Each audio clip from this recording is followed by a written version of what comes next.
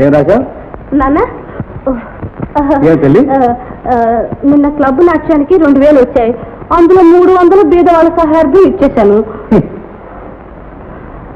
మిగతా 1700 రూపాయలు ఇవిగో. 1700? 1700?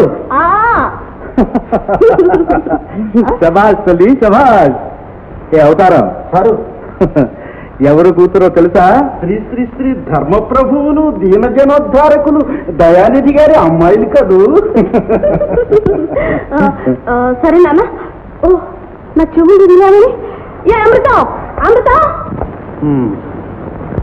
పదును కత్తితో పదవి ఎరుతుందా? బరువు మోసవాడికి తెలుస్తుంది. తలదిమ్మని ఘోరం లేకుంటే నొప్పి తీరదో బొక్క గడుతుంది. చాలు మోహన్ నీ చిరు సారథ్యం. మనకున్న లోకానుభవం నీకుంటే ఇలా కత్తి తీసుకుని చిందులు దొక్కవరా.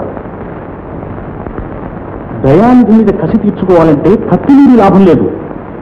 నోరవలసింది నీ బుద్ధి బ్రదర్, నీ బుద్ధి. తెలిసిందా? ఇదిగో నువ్వు దయానిధిని చంపేవనుకో, నీ నాణ్యమైన రిటర్న్ టికెట్ మీద వెళ్ళాడా వచ్చింది మెచ్చుకోవడానికి.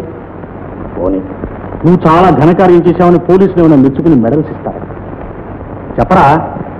మోహన్ నన్ను కలవరపెడుతున్నావు. లేదు, తెలివి తెప్పించడానికి ప్రయత్నిస్తున్నా. పిచ్చివాడా, అన్ని చోట్ల ఆయుధాలు పనిచేయవు. కొన్ని చోట్ల నీ తెలివి ఉపయోగించాలి. తెలివి నువ్వు ఇరుక్కోకుండా ఎదుటి వాళ్ళని ఇరికించి వెక్కిరించాలి. ఏమిటి ధర్మోపన్యాసాలు?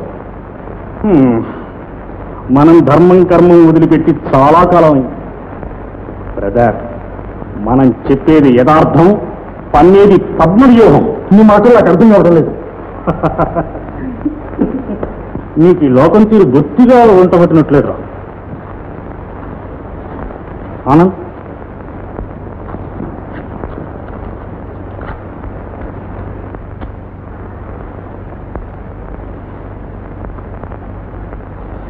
జాగ్రత్తగా ఆలోచించరా.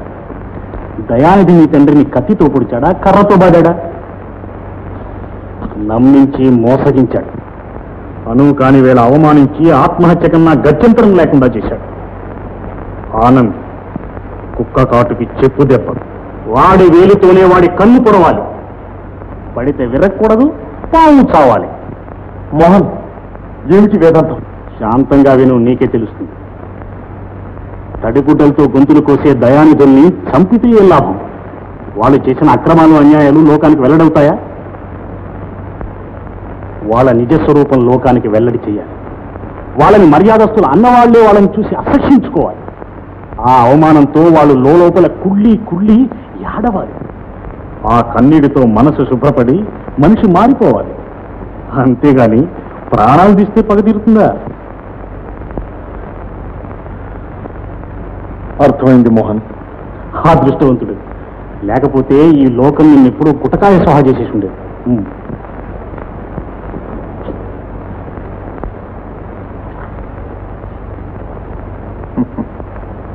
మోహన్ నువ్వు చెప్పింది నిజం.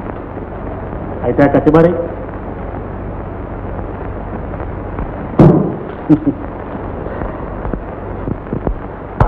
తప్పుదారిని పడి తల మీదకి తెచ్చుకున్నావు.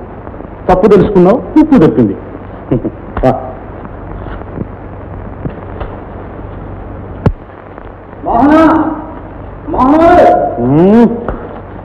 ఓహో Shankar Shankar, good morning. Good morning. అంతా బాగున్నారా? వస్తాను, మళ్ళీ కలుద్దాం. గంగలనా? ఏది డబ్బేది? డబ్బు డబ్బు డబ్బు ఎప్పుడు ఆగొడవేనా? అడిగితే గొడవ.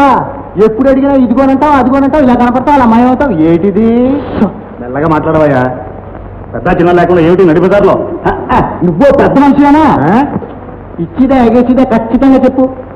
ఉంటే ఇవ్వాల్సిందే, లేనప్పుడు ఏం చేస్తాం?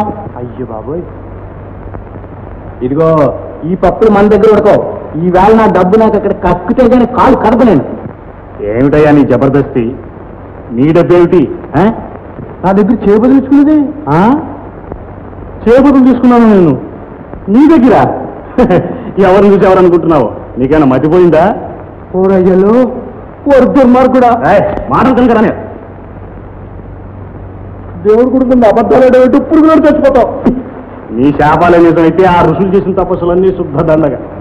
దేవుడి ముందు కర్పూరం ఆర్పి నువ్వు నాకు బాకీలన్నీ ప్రమాణించి నా డబ్బు వదిలేస్తా. ఇప్పుడు అన్నావు చూడు, అది గది మాట. పద పద. ఇదిగో కాని పెట్టి కర్పూరం తెచ్చుకో.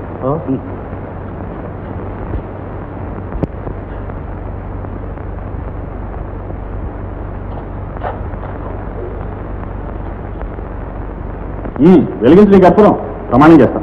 చేస్తావా? వెళ్ళిపోతాయి, తప్పదు.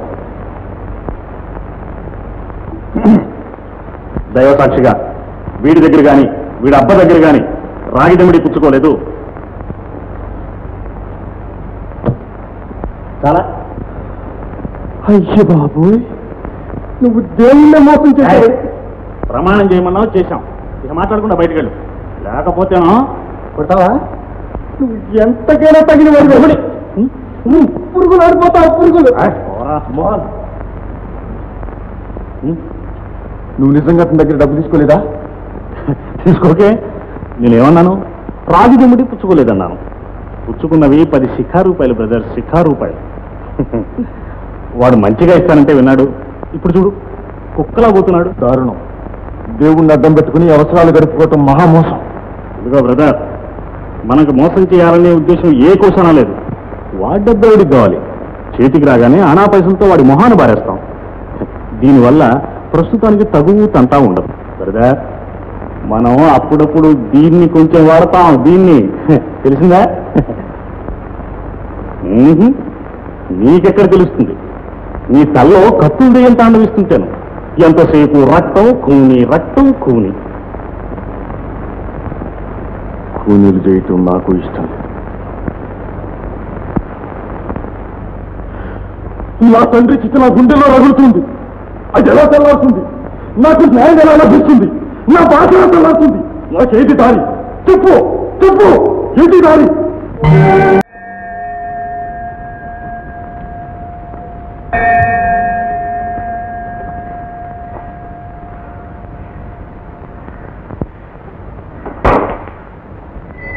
స్వామి, దిక్కు లేని వారికి దేవుడే దిక్కంటారు. దుష్ట శిక్షకుడు అని శిష్ట